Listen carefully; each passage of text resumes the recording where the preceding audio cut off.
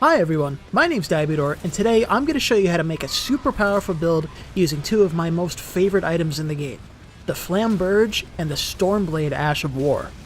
Stormblade is super strong because not only does it shoot out a medium range projectile that does a ton of damage and some decent poise damage, but it also attacks really fast, and if you use it at point blank range, you can hit the enemy with your weapon at the same time. Combine that with the innate bleed buildup on the Flamberge, plus something like Bloodflame Blade or Blood Grease, and you'll be shredding your enemies with bleed procs and with Stormblade hits. So today, I'm going to show you how to make a super powerful build using these two amazing items. I'm going to try to keep this one short for once, so make sure you check out the notes down in the description. And if you find this video helpful, please leave a like, share the video, and consider subscribing. It really helps me out. First, I'm going to go over the build, including the stats, weapons, talismans, armor, spells, and other buffs that we're going to be using. Then I'll give you a leveling guide showing you how to level this build up from level 50 all the way up to level 200. And finally, I'll give you a gameplay showcase where I'll give you some tips and tricks about how to get the most out of this build. First, let's look at the stats. As usual, I make my builds at level 125 using the Wretch as my starting class. This is just the way I prefer to make my builds. You can go up to any level that you want, and you can make this build on any starting class. Your ending stats will just look a little bit different based on the class that you started as, but it shouldn't really make much of a difference. First, we've got the most important stat, Vigor. I went with 50 on this build. You want a minimum of 40 on any build that you make, and preferably you'd go up to 60. I like having a few extra points to work with, so I go with 50 Vigor on most of my builds, but if you level up past 125, the first thing you want to do is get 60 Vigor, because that is by far the most valuable stat that any character can have. You get the best returns out of leveling it up to 60, and it's super important because, you can't kill the bosses if the boss kills you first, so you want to increase your max health by leveling up your Vigor. After that, we've got Mind. We don't need that much FP on this build because Stormblade is pretty FP efficient, and we're not casting that many buffs. We only have 3 buffs that we're going to cast, so I only went with 15 Mind. If you want to use Spirit Ashes, or if you want to add some casting to this, which I might talk about once we get to the other stats, then you can go with like 20 to 25 Mind, but generally 15 should be more than enough if you're not specifically a caster build. Up next is Endurance. I went with 24 Endurance on this build because we're going to wear some fairly heavy armor in the form of the Rakshasa set from the DLC. If you don't have access to that armor, or you just don't want to wear it, then you can get away with having 20 Endurance. My other alternative armor set that I'm going to show is the Knight set from the base game, and you can easily wear that with 20 Endurance and, be just fine. And then finally, we've got our damage stats. I went with 15 Strength because that's the minimum required for the Flamberge, and it's nice to be able to one-hand it, which is something I'll talk about during the gameplay showcase. I went with no Intelligence and no Arcane because we're not going to be using them. Though, actually, I should say 10 Arcane because we're going to be casting Bloodflame Blade. So if your class starts with less than 10 Arcane, you want to bring that up to 10. I got 25 Faith for the buffs that we're going to be casting, which are very important for the build because buffs give you a ton of extra damage. And then after that, I dumped all of my points into Dexterity, because the Flamberge is primarily a Dex weapon, and we're going to be using the Keen Affinity in order to get the most damage out of it, while also being able to buff it with Bloodflame Blade or Blood Grease. That's it for our stats, so now let's talk about our weapons, talismans, and armor. As you might expect, our primary weapon is going to be the Flamberge with the Stormblade Ash of War and the Keen Affinity. This is going to make it scaled with Dexterity, which is going to give us the best damage for our stats, as well as giving us good damage on Stormblade, because the projectile wants Dex. I'll probably put a note about that down in the description if you want to learn more about that. I've also got a Misericorde with the Lightning Affinity and the Endure Ash of War in my second-hand slot. I gave it the Lightning Affinity because the Lightning Affinity scales with Dex, which is good for our build, and also because based on the way that the game calculates the damage when you get a critical hit, like a backstab or a riposte, usually if you have an elemental affinity on the weapon, that'll do a lot more damage than if you have just a physical affinity. So that's why I gave it lightning instead of keen, because the lightning damage will usually make it do a lot more damage. Again, there'll be a note down in the description if you want to read more about this. And I gave it the Endure Ash of War because it's just a nice utility to be able to swap to. If you're fighting a boss and you don't know the full moveset or something like that, It's nice to be able to just tap your swap weapon button, switch to the Misericorde, and hit endure, and then you can tank, an incoming attack that you don't know how to dodge or whatever, and it increases your chances of not dying. So endure is really nice to have. In the left hand, I have the Finger Seal. We're going to be using that to cast the buffs that we're going to be using, and also Bloodflame Blade. I could have gone with a weightless option, like the Dragon Communion Seal, which has no weight, and so that saves us a little bit of equip load. But I wanted to use the Finger Seal, so we get just a bit of extra damage out of Bloodflame Blade. Again, I'll write about this down in the description, but basically, when you apply a buff to your weapon using a seal, when it calculates how much damage it adds to the weapon, it only counts the faith scaling of the seal. So even though you would think that, since Bloodflame Blade has, to do with bleed, that the Dragon Communion Seal might be better for it, the Finger Seal is actually the better choice because the Finger Seal gets higher faith scaling. And also the bleed on Bloodflame Blade doesn't scale with anything, so the arcane scaling on the Dragon Communion Seal doesn't affect it at all. So yeah, we want the Finger Seal, so we get just a little bit of extra fire damage when we use Bloodflame Blade on the Flamberge. And finally, this one's optional, but if you want to squeeze out just a little bit more damage from this build, I included a dagger with the Sacred Order Ash of War on it. So, Sacred Order is weird. I'll probably write about it more down in the description, of course. But basically, when you have Sacred Order equipped on a weapon and you use that Ash of War, as long as you keep that weapon in your hand, then all the damage you do on all of your weapons is buffed by 10%. It's supposed to add just like some holy damage to the weapon that you cast it with, but it, for some reason, increases all the damage you do with all of your weapons. The only downside is that you can't put that weapon away because that deactivates the buff. So if you want to one-hand the Flamberge and hold the dagger in your left hand, then you can get just a bit of extra damage out. It's like a 10% increase by using Sacred Order on the dagger. Personally, I prefer to two-hand the Flamberge, so that's what you're going to see me do throughout most of this video, but having, it's called off-sack. Having off-sack in your other hand can really significantly increase your damage because it's going to increase the damage from both the sword hits and the Stormblade projectiles by 10%, and so it's going to be a lot of extra damage. After that comes our talismans. So I included a couple different talisman lists that you can choose from based on whether or not you have the DLC. And I also included a bunch of talismans in the inventory on the build planner, which, by the way, there's a link to that down in the description if you want to check out this build for yourself. So there's a bunch of extra talismans in the inventory in case you want to swap some of these things out because, maybe you don't have access to the Shard of Alexander or whatever. So check those out, but preferably we would use the DLC talisman setup here, which includes the Shard of Alexander, which increases the damage of all of your Ashes of War by 15%, so that's going to make Stormblade do a fuckload of extra damage.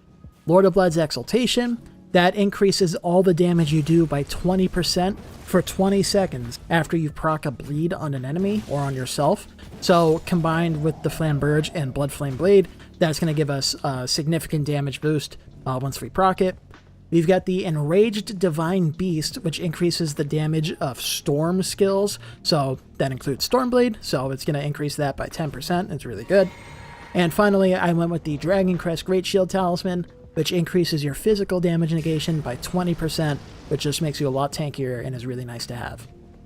After that comes our armor, and it's the same kind of thing. I included two sets in the build, so one is for if you don't have the DLC, then you can use the Knight set, which is just solid armor that provides good protection, is relatively light compared to the heavier sets of armor, and if you swap out the white mask and wear the full set of the Knight's armor, then you'll have 51 poise, which is nice. It lets you, resist being stunned by some enemy attacks, so that can be helpful. But if you have the DLC, then preferably you'd use the Rakshasa armor alongside the white mask. The Rakshasa armor increases all the damage you do by 2% per piece that you wear. So if you're wearing the body, gauntlets, and greaves, then that's a 6% increase to all your damage, which is very nice. And then wearing the white mask alongside that, it gives a similar buff to the Lord of Blood's Exaltation, where when you proc a bleed on an enemy, you get a 10% damage buff for 20 seconds, so that also significantly increases your damage. Alternatively, if you don't have the white mask, then you can either wear one of the helmets that comes with the armor sets, like I said, Or if you have the DLC, you can get the Divine Beast Helm, which increases the damage of your storm attacks by 4% and also increases your strength and dexterity by 3 points each. This does come at the cost of reducing how much your flasks heal you, but it looks cool as shit, and having that extra damage is nice. And it's really only a minor debuff. It's like 7% less healing, so it's really not that big of a deal. That's it for the weapons, talismans, and armor, so finally let's move on to our spells and other buffs that we're going to be using in this build. For our spells, first off we've got Blessing's Boon, which gives you a health regen of 8 health per second for 90 seconds, which heals a total of 720 hit points, so that's really nice if you're in battle. It'll give you just that little bit of extra leeway to take hits, where maybe you'll take a hit and survive it with like 15 health, when otherwise it would have killed you or something. So it's not going to save your life 100% of the time, but it does help a lot more than you would think. And it's also good for exploration if you want to be more efficient with your healing flasks. We've also got Golden Vow, which increases the damage you do by 15% and reduces the damage you take by 10% for 80 seconds, and this also applies to your nearby allies and spirit summons. So Golden Vow just makes you do a bunch more damage and makes you a lot tankier, especially combined with stuff like the armor that we've got and the Dragon Crest Great Shield. It makes you tanky as hell. We've got Flame Grant Me Strength, which increases the physical damage and fire damage that you do by 20% for 30 seconds. So since we're doing the Storm Blade, which is all physical damage, and we have Bloodflame Blade, which adds just a little bit of fire damage to the weapon, Flame Grant Me Strength is a really good choice, and it also gives you some extra stamina regen too, but I don't know the exact numbers on that. And finally, we've got Bloodflame Blade, which adds Blood Flame to your weapon, which does a little bit of fire damage. It's kind of inconsequential how much fire damage it does. The main thing you're using it for is the bleed buildup. So Bloodflame Blade, when you hit an enemy with it, it'll do 40 bleed buildup over the course of 2 seconds. And that stacks on top of the innate 55 bleed buildup that the Flamberge does, so each hit that we do is going to do a bunch of bleed buildup, and we're going to proc bleeds pretty fast on enemies. And finally, in our Flask of Wondrous Physic, we've got the Opaline Hard Tier, which increases all of your damage negations by 15% for 3 minutes. This stacks with Golden Vow and the Dragon Crest Great Shield in our armor, so again, we'll be tanky as hell. And I also went with the Thorny Crack Tier. So this works like the Winged Sword Insignia and Millicent's Prosthesis, where if you hit an enemy multiple times in a short period of time, then it gives you an increasing damage buff based on how many times you've hit the enemy.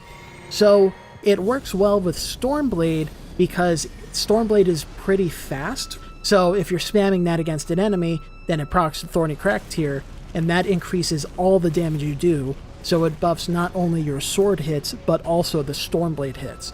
But you have to be at point-blank range for it to trigger that effect. I should also mention that alternatively, if you have the DLC, you can get the Blood-Sucking Crystal Tier, which increases all damage you do by 20% for 3 minutes, which is really strong, but it comes at the cost of a significant health drain per second. Blessing's Boon will slightly offset that health drain, but I think it's like 23 points or something if you're at 60 vigor. I don't know the exact numbers on it, but it's a bunch of health, and I personally don't like having that HP drain. I prefer to, lose health when I get hit by the enemy and not just be fucking burning over time. So I don't use it, but if you're into that sort of thing, then go for it, because it'll make you do insane amounts of damage, especially if you go with Blood-Sucking Tier plus Thorny Tier instead of Opaline plus Blood-Sucking. That's it for the spells and our Wondrous Physic, but there's one more thing I want to mention, and that's Blood Grease. So in case you don't have access to Bloodflame Blade for whatever reason, or more likely, if you're using the dagger with Sacred Order in your other hand, so if you're using Offsack, then you won't be able to both use the buff on the dagger and put Bloodflame Blade on the Flamberge, because you have to switch your weapons to do that. So in case you're using that, you can use Blood Grease instead, which makes your weapon do an additional 30 bleed buildup per hit for 60 seconds. And so that's a good way of increasing your bleed buildup with the Flamberge while also using Offsack. That's it for the build overview, so now we're going to move on to the leveling guide, where I'll show you how to level up this build going from level 50 up to level 200. I'm going to start this leveling guide at level 50. By this point, you should have 40 Vigor. That is by far the most important thing to do. You should level up Vigor before you level anything else up, seriously. I also went and got the minimum Dexterity for the Flamberge. I have 10 Strength because you can two-hand the Flamberge, and that gives you a 50% Strength bonus. Since it requires 15 Strength, then at 10 Strength, 10 times 1.5 equals 15, so we can wield it if you're two-handing it. I also got 15 Faith for the sake of casting Flame Grant Me Strength, and then after that I put a few points into Endurance, just so we can have the Flamberge plus the armor, just to have that out of the way. Moving up to level 80, I brought Faith up to 25 so that we have access to all of our buff spells, and then I also put 5 points into Strength so that we don't have to worry about two-handing the Flamberge anymore, though, I still two-hand it because that's how I like to play. And then after that, I just dumped any points I had into Dexterity, which ended up bringing up to 29. Depending on your class, that Dexterity number might look slightly different. Get all the other stats first and then worry about Dex, because that's just our damage stat, which we're going to do at the end of everything. After that, we go up to level 100, so I put another 10 points into Vigor to get it to our level 50, because again, Vigor is super important. I put 5 points into Mind just to have that out of the way. I put 4 points into Endurance just to have that out of the way. And then after this, pretty much any points that you spend on this build are going to go into Dex. I ended up having 1 point left over, so I brought that up to 30. We're going to skip level 125 because I just talked about that for 15 minutes. So at level 150, like I said before, past level 125, the first thing you want to do is get your Vigor up to 60. Vigor is extremely important. Having 60 Vigor is extremely important. Make sure you get 60 Vigor if you go past level 125 with this build. And then after that, I just kept dumping all my points into Dexterity, and I ended up bringing it up to 70 here. And our final milestone is at level 200. I decided to bring Endurance up to 30, just so that we have some extra leeway with the equip load and stamina usage. And then after that, I brought Dex up to 80, because that's the final soft cap. There's no point going past 80 unless you're like level 600, because you just get barely anything out of those points that you put into Dexterity past 80. And after that, you can see I left 34 unallocated stat points, because that's up to you to put them wherever you want. If you want more Mind so that you have more FP for, things like Spirit Summons or casting your spells and stuff, then you can put points into Mind. If you want some more equip load so you can wear some slightly heavier armor, then you can go with Endurance. If you want to be able to add more things to your build, such as more weapons or more spells, then you can put points into Strength or Faith or, even Intelligence and Arcane. That's all up to you. The main things that matter here are having 60 Vigor and 80 Dexterity. And after that, the world is your oyster, and you can do whatever you want with this build. So that concludes the leveling guide section of this build. And now we're going to go over the gameplay showcase, where I'll give you some tips and tricks about how to use this build most effectively. Alright, so first off, I want to stress the importance of making sure you use your buffs. Again, I say this in every video that I make. I see a lot of people go into boss fights without even drinking their Wondrous Physic, let alone casting other buffs. Buffs are extremely important in this game. They make you super strong, they add a whole bunch of damage and tankiness to your build. You want to make sure you use buffs. In our case, we're going to drink the Wondrous Physic, then we're going to cast Blessing's Boon, then cast Golden Vow, then cast Flame Grant Me Strength, then cast Bloodflame Blade, and then you can go into the boss fight. It's only 5 buffs, it takes like 15 seconds to do, so, just make sure you do it before you go into the boss fight. You see the results. I'm doing a fuckload of damage to the Godskin Apostle, and you're going to see that happening to every other boss, so make sure you do that. In this case, I was using the Winged Sword insignia, which I have as part of the non-DLC Talismans, because I just wanted to get a bit of a variety of footage, but preferably I would have been using the Enraged Divine Beast there for the extra damage that adds to Stormblade. But as long as you keep up the pressure, then something like Winged Sword insignia will add a whole bunch of extra damage to the build. So you just want to stay close to the enemy, don't mash the attack button like a maniac, just wait for punish windows and then hit them with like 1 or 2 Stormblades, then back off, get ready to dodge, and then repeat. So in this clip, you're seeing that I'm using Off-Sack. So what I did was I cast my buffs, then I switched to the dagger in my left hand and I two-handed it so that I could cast Off-Sack, or Sacred Order. And then I went back to one-handing the Flamberge and I put Blood Grease on it, because you can't use Off-Sack and Bloodflame Blade at the same time. It has to do with how you have to switch your weapons to cast them. But yeah, so I'm using Blood Grease on the Flamberge, and you see what's important with Off-Sack is that you can't two-hand your weapon. you have to keep the dagger in your other hand. Once your dagger stops glowing, then off-sack is over. But you can see the extra damage that it adds made me absolutely fucking shred him. It's probably the strongest way to run this build, but I personally just prefer to two-hand the Flamberge, so this is like the only clip you're going to see me use it in, but it is extremely strong, and you can apply off-sack to pretty much any build, by the way. It doesn't just have to be something like this. Here, I'm just going to show a bit of like exploration, legacy dungeon gameplay instead of boss gameplay. This build is pretty versatile because Stormblade is just so good. It does standard damage, so most enemies aren't particularly resistant to it. It gets good range, so you can take out things like those gargoyles from a distance. I have the Misericorde with the lightning affinity on it, so when I backstab this guy, it does an insane amount of damage and insta-kills him. And this is on New Game Plus. I don't think it's New Game Plus 2. I think it's New Game Plus 1. Now, I always mention that because I'm paranoid that someone's going to see I'm running through a mid-game dungeon with endgame gear, and they're going to say, oh, well, you're in a mid-game dungeon with endgame gear. But the enemies are scaled up to endgame level because it's New Game Plus. So, yeah. But yeah. Also, here you see I'm low on FP, and so I wanted to preserve one of my blue flasks, so I swapped one of my talismans to the Ancestral Spirit's Horn, or whatever it's called, which restores like 2 FP every time you kill an enemy. It's not much, but if you're in an area with a bunch of trash mobs, then you can kill them and get a few points of FP back, and it helps. There's also something like the Assassin's Cerulean Dagger, which can help if you're able to sneak up on enemies and backstab them, and that restores a lot more FP. But I like just going with the Ancestral Spirit Horn because it's faster. But yeah. Here you see I threw those fan daggers to make sure there were no objects in my way that were going to eat the Stormblade, because if the Stormblade collides with a physics object, then it'll stop there, it doesn't go through it. And then after I did that, I started hitting the page with the Stormblades to murder him. And he died really fast, because Stormblade is strong as fuck for no reason.